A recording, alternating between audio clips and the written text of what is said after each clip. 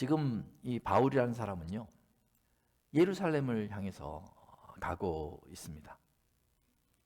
그런데 바울이 예루살렘을 향해 가고 있는데 여러 도시를 지나는데 가는 곳마다 성령의 감동을 받은 사람들이 바울에게 예언을 합니다. 이 예언이라는 것은요, 그러니까 앞날을 미리 말해주는 것이 예언이에요. 근데 바울이 이 도시를 가도 거기에 예언하는 사람이 있고, 저 도시를 가도 바울에 대해서 예언하는 사람이 있습니다. 그래서 바울의 앞날에 대해서 그 사람들이 성령의 감동을 받아서 이야기를 해주는데 뭐라고 얘기하냐면 이렇게 얘기합니다. 예루살렘에는 결박과 환란이 기다리고 있다. 이렇게 예언합니다. 이 예언은 별로 좋지 않은 예언이잖아요. 지금 바울은 저 예루살렘에 가려고 하는데 그 예루살렘에는 결박과 환란이 있다라고 사람들이 예언을 하는 것입니다. 그 바울이 깜짝 놀랐을 것 같지만 사실 그렇지 않았어요.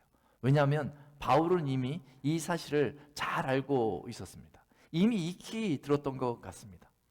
사도행전 20장 23절에 바울이 다음과 같이 말합니다. 오직 성령이 각 성에서 내게 증언하여 결박과 환란이 나를 기다린다 하시니, 이렇게 얘기하고 있습니다. 여러분들 이런 예언을 들으면요, 여러분들은 어떻게 하시겠습니까? 저기 가면 결박과 환란이 있다는 거죠. 큰 어려움이 저기 있다는 거죠. 내일 저기 가려고 하는데 저기에 큰 고통이 예비되어 있다는 거죠. 이런 이야기를 들으면 여러분들은 어떻게 반응하겠어요? 그런 예언을 만약에 듣는다면요, 속으로 이럴 것 같아요. 아이고, 큰일 날 뻔했구나. 내가 지금 저기 가고 있는데 저기 가면 큰일 나겠구나.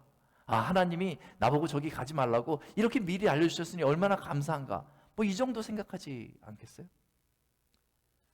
그래서 예언을 바울한테 하는 사람들도 그 예언을 한 후에 권면합니다. 바울 선생이요, 그 예루살렘에 올라가지 마십시오. 우리가 확실히 예언을 받았는데 저기에는 그런 환란이 있다고 합니다. 올라가지 마십시오 라고 바울을 만류합니다.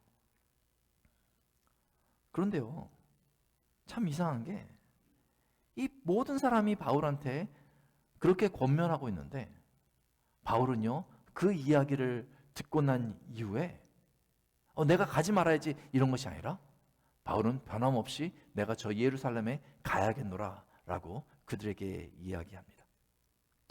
오히려 바울은요, 그들에게 이렇게 강하게 이야기합니다.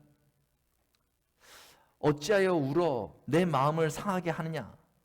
나는 주 예수의 이름을 위하여 결박당할 뿐 아니라 예루살렘에서 죽을 것도 각오하였노라. 이 바울의 강한 의지가 느껴지지 않습니까? 지금 바울은요, 저 예루살렘에 그냥 자기 안위를 위해서 가겠다는 것이 아닙니다. 내가 죽더라도 저 예루살렘에 가겠다. 그러니까 결박과 환란이 저기에 있다 할지라도 나는 내 가는 길을 거두지 않겠다 라고 바울은 말하고 있는 것입니다. 어떻게 바울은 이럴 수가 있었을까요? 어떻게 그런 강한 의지를 갖고 결박과 환란이 있는 저곳을 가겠다고 얘기합니까? 하나님이 성령께서 사람들 통해서 바울에게 이야기해 주고 있는데 그럼에도 불구하고 성령께서 그 이야기로 나를 예언하는 것은 가지 말라는 것이 아니라 가라 라고 말하는 것이라고 해석할 수 있을까요? 이 바울은요, 저 예루살렘에 갈 때 나를 위해서 가겠노라고 말한 것이 아니라 저 예루살렘을 가는데 분명한 그 기준을 가지고 있는데 그것이 바로 주 예수의 이름을 위해서 내가 저 예루살렘을 가겠다라고 작정했기 때문에 어떤 환난과 고통이 거기 예비되어져 있어도 내가 그리스도의 부르심 받은 사람으로서 그 사명을 감당하기 위해서 저곳에 가겠다라고 바울은 이야기하고 있는 것입니다. 만약에 나를 위한 거라면요, 예루살렘에 가지 않는 게 맞는 거죠. 그런데 주 예수의 이름을 위하여 가야 한다면 내가 가겠다라고 바울은 이야기하고 있는 것입니다. 바울은 그런 인생을 살았던 사람입니다. 갈라디아서 2장에서요. 바울은 자신의 인생의 그 기준을 분명하게 드러내고 있는데요. 이렇게 말합니다. 내가 그리스도와 함께 십자가에 못 박혔나니 그런즉 이제는 내가 사는 것이 아니요 오직 내 안에 그리스도께서 사신 것이라. 그 삶의 중심에 그리스도가 있습니다. 예수님이라면 가지 않았겠는가? 나도 그곳에 가겠노라. 바울은 그렇게 이야기하고 있는 것입니다. 주 예수의 이름을 위하여 나는 무엇을 할 것인가? 예수님이라면 어떻게 하셨을까? 내가 그 이름을 위하여 저 예루살렘에 가겠노라. 저희가 이렇게 교회를 나오다 보면 이 교회에서 얻는 많은 유익들이 있습니다. 이 교회에 오면요, 좀 이따도 저희가 이렇게 친교실에서 밥을 먹겠는데 이 교회에 나오면 밥을 먹을 수 있고 또 교제할 때마다 맛있는 음식도 먹을 수 있습니다. 또 이렇게 교회에 오면요, 예배에 이렇게 참여할 수도 있고요. 때로는 교회에 오면 인생에 필요한 세미나도 들을 수도 있습니다. 또 자녀들을 키울 때는요, 자녀 교육도 교회에서 받을 수 있는 것이죠. 이 교회 오면 생각보다요, 저희가 얻는 유익들이 많이 있습니다. 그런데 그런 유익이요, 어느 것 하나 그냥 주어지는 것이 없습니다. 그냥 우리는 간단하게 밥 먹고 예배 드리고 세미나 드리고 아우 좋았네 이러고 돌아갈 수 있잖아요. 그런데 그 하나하나가요, 그냥 주어지는 것이 아닙니다. 누군가 보이지 않게 수고하고 희생하는 사람이 있기 때문에 그런 혜택을 저희가 받게 되는 거죠. 제가 이렇게 교회를 살펴보면요, 정말 말없이 보이지 않게 수고하시고 헌신하는 분들이 정말 많이 있습니다. 시간이 너무 바쁜데도요, 시간을 쪼개내고요, 주머니에서 돈을 꺼내서요, 이렇게 사용하자고 하고 순간순간 사용하고요, 에너지를 쓰고요, 또 번거로운 일을요, 남들이 귀찮아하는 일들이요, 그냥 나서서 하는 그런 분들이 교회에는 있습니다. 저희 교회에서는요, 누구 하나 이렇게 일을 하시라고 강요하지 않습니다. 그런데 여러분들이, 저희 교인들이요, 스스로 교회를 살펴보다가 이번에 이런 일이 있대, 이렇게 지나가다가 저기 보면서 저거 보니까 좀 뭐가 필요하겠네 이런 생각이 들면요, 그냥 자발적으로 헌신하고 봉사하는 거예요. 티도 나지 않게. 그런 분들이 있습니다. 그래서 교회를 오면 저희가 여러 가지 유익들을 얻게 되는 거죠. 누군가 그렇게 수고하고 봉사했기 때문에 저희가 유익을 얻게 되는 것이죠. 그분들은요, 왜 교회를 위해서 그렇게 헌신하고 봉사할까요? 티도 나지 않는데 그렇게 말없이 조용히 그렇게 봉사할까요? 여러분들은 무엇 때문에 이 교회를 위해서 헌신하십니까? 그렇게 애를 쓰십니까? 왜 주머니에 있는 것을 내놓으십니까? 바로 주 예수의 이름을 위하여 그리하는 줄로 믿습니다. 나의 섬김과 나의 봉사로 인해서 내가 드러나는 것이 아니라 주 예수 그리스도의 사랑이 옆에 있는 지체한테 전달되기를 소망하는 마음에 말없이 조용히 섬기는 거예요. 그러면 교인들이 교회에 와서 그런 혜택을 누리다가 이 교회는 참 좋은 것 같다, 왠지 모르겠는데 이 교회는 사랑이 넘치는 것 같다, 이 교회에서 내 마음이 참 부드러워지는 것 같다, 이렇게 느끼는 거죠. 주 예수의 이름을 위하여.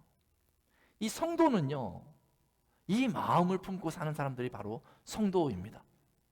나를 위하여가 아니라 주 예수의 이름을 위하여서 사는 사람들이 바로 성도인 것입니다.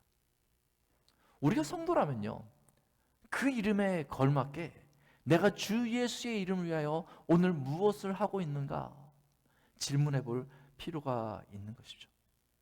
우리가 교회를 다닌다 하면서 이 질문을 계속 회피만 하다 보면요, 아무것도 얻을 수 없고 아무 능력도 나타날 수 없을 것입니다. 그런데 바울과 같은 열정을 가지고 내가 주 예수의 이름을 위하여 헌신하고 봉사하고 그 사명을 위해서 살겠노라고 한 걸음을 앞으로 나가면요, 하나님께서 그 사람을 통하여서 역사하십니다. 그 사람을 통하여서 복음을 드러내 주십니다. 그 사람을 통하여서 죽을 사람을 살려주십니다. 하나님의 권세가 주 예수의 이름 가운데 있습니다. 이 바울은요, 주 예수의 이름에 그 이름을 위한 열정이 있었습니다. 그래서 예언을 들었음에도 불구하고 회피하지 않고 저 예루살렘에 내가 가겠다라는 강한 의지를 보여주고 있는 것이죠. 이제 16절에 보면 바울이 급하게 예루살렘에 가려고 합니다. 왜냐하면 지금 예루살렘에는요, 이스라엘 3대 절기 중에 하나인 오순절이 다가오기 때문입니다. 오순절이 되면요, 이제 이스라엘 사람들이 이제 각국으로 흩어져 있다가 이 오순절이 되면요, 다 이 예루살렘으로 모입니다. 바울은요, 그 타이밍에 예루살렘을 가고 싶은 거예요. 그래서 많은 사람들이 그곳에 모였을 때 내가 그 복음을 전하리라 하는 그 마음이 있었습니다. 그래서 바울은요, 거기까지 걸어가거나 육로를 통해서 가려고 한 것이 아니라 배를 타고 가기로 작정했습니다. 이제 급히 배를 타고 이제 출발하려고 밀레도에 왔습니다. 이제 배를 타면 되는 것이죠. 그런데 그곳에 와서 급한 중에도요, 이 바울이 꼭 만나고 싶은 사람들이 있어서 그 사람들을 불렀습니다. 여러분, 급한 중에 만나야 되는 사람들은 어떤 사람들입니까? 꼭 자신과 깊이 교류했던 사람들을 급한 중에 만나게 되는 거죠. 제가 얼마 전에 휴가이기도 해서 이제 캘리포니아, 제가 살던 캘리포니아로 갔습니다. 뭐 잠깐 있다가 왔어요.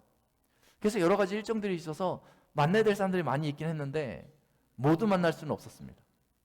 근데 제가 캘리포니아를 가겠다라고 마음 먹었을 때 이 사람은 꼭 만나야 된다라는 사람들이 몇 분 계셨어요. 그래서 가서 그분들을 꼭 만나고 왔습니다. 제가 그분들을 만났던 이유는요, 그분들과는 마음으로 깊이 교류하고 있기 때문에, 이곳에 있어도 너무나 보고 싶기 때문에 거기를 간다 생각하면 일단은 다른 거 다 제쳐놓고 그분들은 꼭 만나야 된다, 이렇게 생각하는 거죠.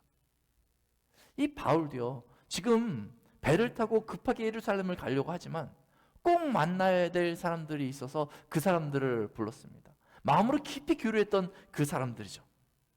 지금 바울은요, 배를 타기 전에 에베소 교회의 장로들을 부릅니다. 그래서 그 장로들을 만납니다. 에베소 교회는요, 바울에게 아주 특별했던 곳입니다.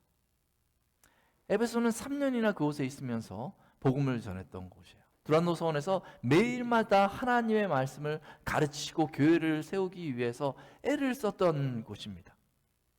그렇게 에베소 교회가 세워진 것이죠. 그래서 바울은요, 그 교회에 대한 애정이요, 아주 특별했던 것 같습니다. 바울은 그 에베소 교회의 장로들을 지금 떠나기 전에 만나고 싶었던 것이죠. 그래서 에베소 교회의 장로들을 밀라노로 부릅니다. 그리고 만납니다. 바울은 그 장로들을 만나서 28절에 보니까 그들을 격려하고 있습니다. 성령이 그들 가운데 여러분을 감독자로 삼고 하나님이 자기 피로 사신 교회를 보살피게 하셨느니라, 이렇게 말하고 있습니다. 지금 그 장로들은 어떤 역할을 맡게 됩니까? 그 에베소 교회를 감당하는 역할을 맡게 된 거죠. 이 바울의 사역을 지금 그 장로들에게 위임해 주고 있는 것입니다. 이제 바울이 떠나면요, 그 에베소 교회는요, 이 장로들이 돌봐야 하는 것입니다. 그러면요, 이 바울이 이 장로들을 불러다가 이제 당신들이 그 에베소 교회를 감당해야 됩니다, 이렇게 얘기를 하고 이제 역할을 위임했으니까 그 다음에는요, 좀 이렇게 격려해 줘야 되잖아요. 뭐 아무것도 걱정하지 마십시오. 그냥 가서 교인들이 잘할 거고 그냥 사랑으로 보살피다 보면 어떻게 교회가 잘 될 겁니다. 아무것도 걱정, 하나님이 다 알아서 하실 겁니다. 뭐 이렇게 얘기해야 될 것 같잖아요. 근데 바울은 그 사역을 위임시키고 나서, 그리고 나서 별로 그렇게 좋지 않은 그 앞날을 바라볼 때 어려운 일들도 있을 것이다 라는 것을 덧붙여서 다음과 같이 경고하고 있습니다. 29절과 30절에 보니까 바울이 그 장로들한테 말하는데 이렇게 말합니다.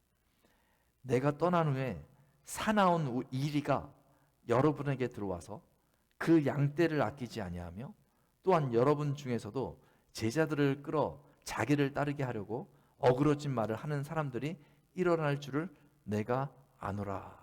이렇게 말하고 있습니다. 지금 바울로부터 사역을 위임받는 것도 이 장로들이 부담스러울 텐데 바울의 예언은 뭡니까?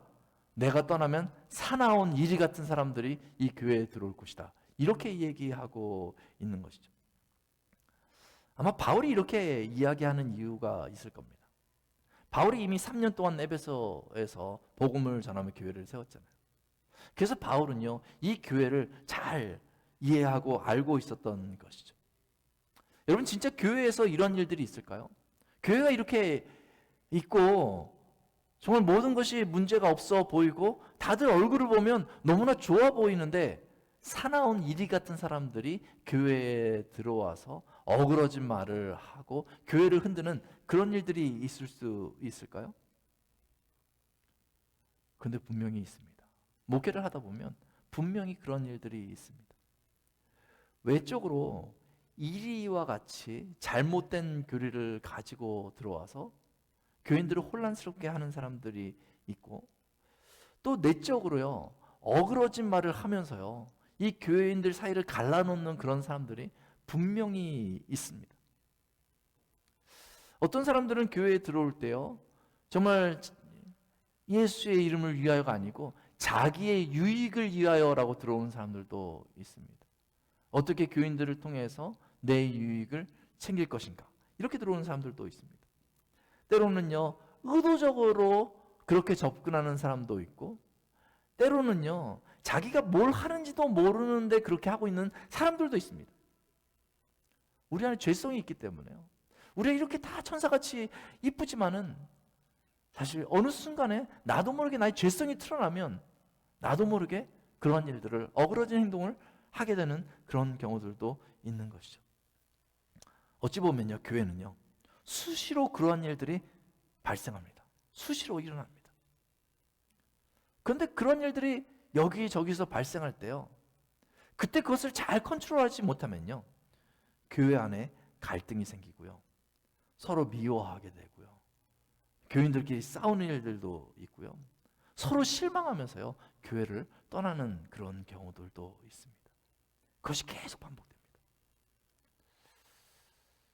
그런 일들이 비일비재하게 교회 안에서 일어나는데, 그때마다 힘써 싸우고 그때마다 교인들이 흔들리지 않도록 붙잡아주는 게요, 어떻게 보면 목회의 핵심이라고도 볼 수 있습니다.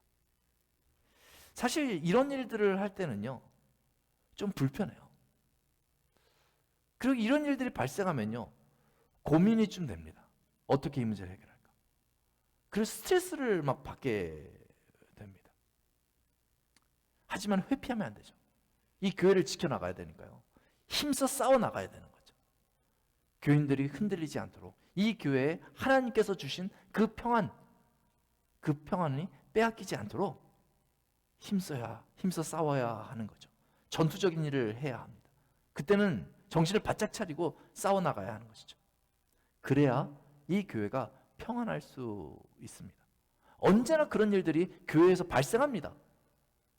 그때 물러나면 안 되고요, 같이 싸워나가야 하는 것이죠. 그렇다면 그런 문제가 발생했을 때 어떻게 싸워나가야 할까요? 누가 문제를 일으켰어요. 그러면요, 이렇게 직접적으로 지적을 하면서요, 막 이렇게 혼내면서 이렇게 싸워야 할까요?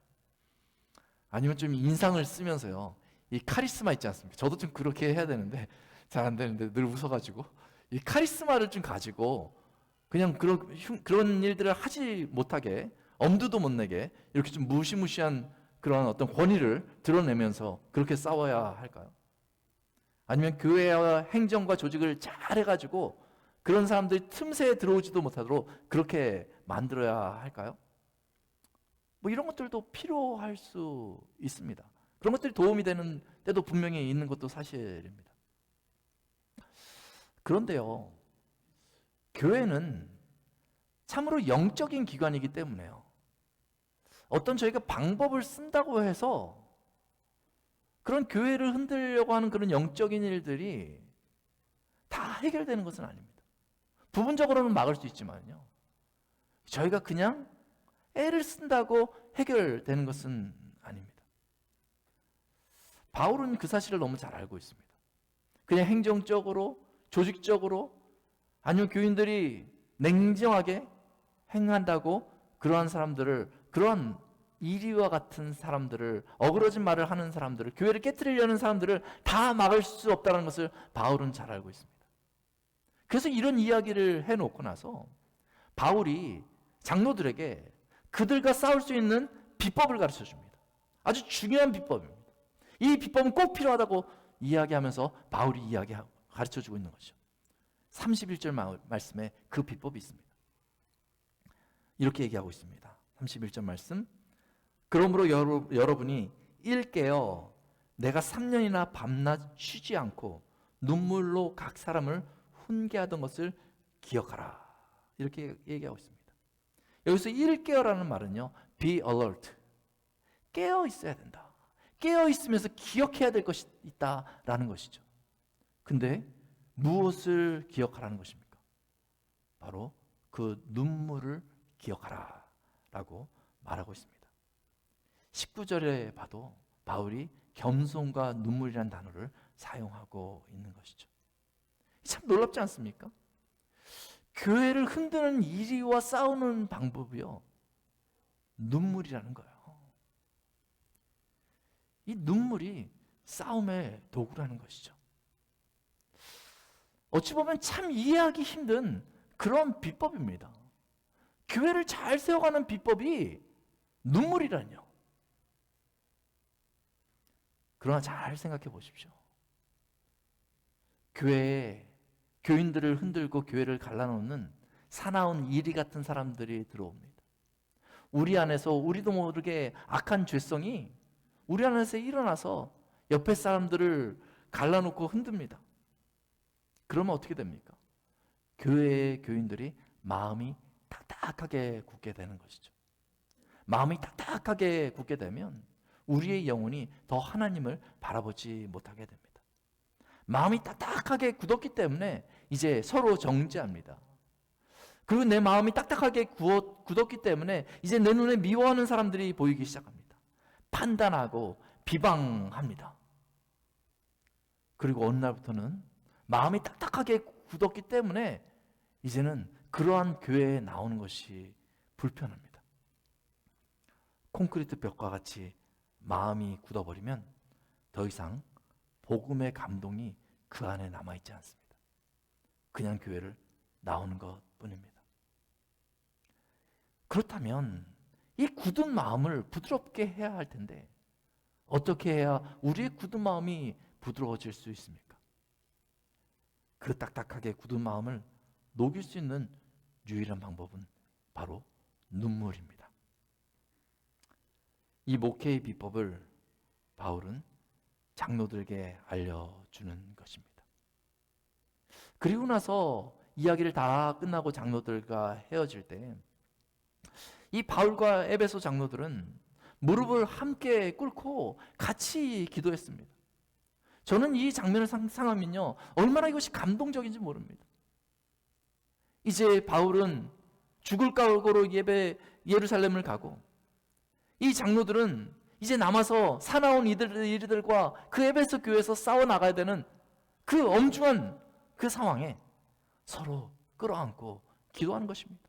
서로를 위해서 기도하는 것이죠.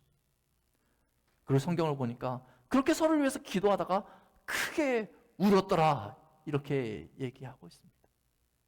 눈물로 서로를 위해서 기도하고 그리고 각자의 일을 감당하기 위해서 헤어지는 이 장면이 너무나 귀하고 이 장면을 볼 때 마음이 뜨거워지는 것입니다. 이 눈물 안에 간절한 사랑이 있는 것을 보게 됩니다. 바울이 그렇게 에베소 교회에서 눈물로 교회를 세워왔던 것이죠. 아마 장로들도 그것을 잘 알았기 때문에 그렇게 눈물을 흘렸을 것입니다. 이 방식이 바로 주님이 세상을 사랑하셨던 방식입니다. 눈물. 바울과 에베소 교회 장로들만 그렇게 눈물로 목회를 해 나가야 하겠습니까? 그렇지 않습니다. 하나님은요, 지금 우리에게도 이 톨리도 한인교회를 맡겨주셨습니다. 저희가 이곳에 매주일마다 또 주중에 이렇게 만나면서 여러 가지 일들을 해나가면서 만약에 눈물이 메말라 버리고 근사한 계획만 가지고 있다면 우리 교회는 점점점 더 그 마음이 딱딱하게 굳어져가는 그러한 교회가 될 것입니다. 우리의 마음이 딱딱하게 굳어지면 사람들이 우리 교회에 나온다 할지라도 예수님의 사랑을 전혀 느끼지 못하게 될 것입니다. 그러므로 우리도 톨리도 한인교회, 주님께서 맡기신 톨리도 한인교회를 세워나갈 때에 눈물의 씨앗을 뿌려 나가야 합니다. 모난 곳에 눈물을 뿌려서 부드럽게 해야 하는 것이죠. 부족한 부분이 보일 때마다 눈물로 채워주어야 하는 것이죠. 마음에 들지 않는 부분이 있을 때 눈물로 그것을 덮어주어야 합니다. 흔들리는 형제가 있을 때 눈물로 붙잡아 주어야 합니다. 교회가 부흥하기를 원한다면 눈물을 흘려야 하는 것이죠. 그리하면 성령께서 그 간절한 눈물이 흐르는 곳에 그리스도의 사랑을 더하여 주십니다. 그리고 그 굳어버린 그 마음들을 부드럽게 해 주실 것입니다. 하나님께서 원하시는 것은 우리의 능력이 아니라 우리의 눈물입니다. 복음을 향한 눈물, 자신을 향한 눈물, 성도를 향한 눈물, 세상을 향한 눈물. 그 눈물을 흘리는 사람을 하나님께서 찾으십니다. 사랑하는 성도 여러분, 여러분은 교회를 생각할 때 그 눈물을 흘리고 있습니까? 여러분들이 기대하는 것이 있다면 나에게, 교회에게, 형제들에게, 이웃에게 기대하는 것이 있다면 눈물로 하나님 앞에 나아가시기 바랍니다. 우리 이 시간에 한번 같이 기도했으면 좋겠습니다. 우리 이 시간에 기도할 때 자신을 돌아보면서 기도했으면 좋겠습니다. 내가 언제 눈물을 흘렸던가? 혹시 내가 눈물로 기도하지 않아서 내 마음이 딱딱하게 굳어있지 않는가? 우리 교회가 정말 눈물로 모이는 교회인가? 우리 한번 돌아보면서 하나님, 성령께서 우리의 마음을 주장하여 주셔서 주님께서 저희를 사랑하셨던 것처럼 정말 눈물로 하나님 앞에 나아가고 그렇게 교회를 세워나갈 수 있도록 주님 은혜 허락하여 주옵소서. 우리 모두의 마음을 부드럽게 하여 주옵소서. 우리 같이 한 목소리로 기도했으면 좋겠습니다. 같이 기도하겠습니다.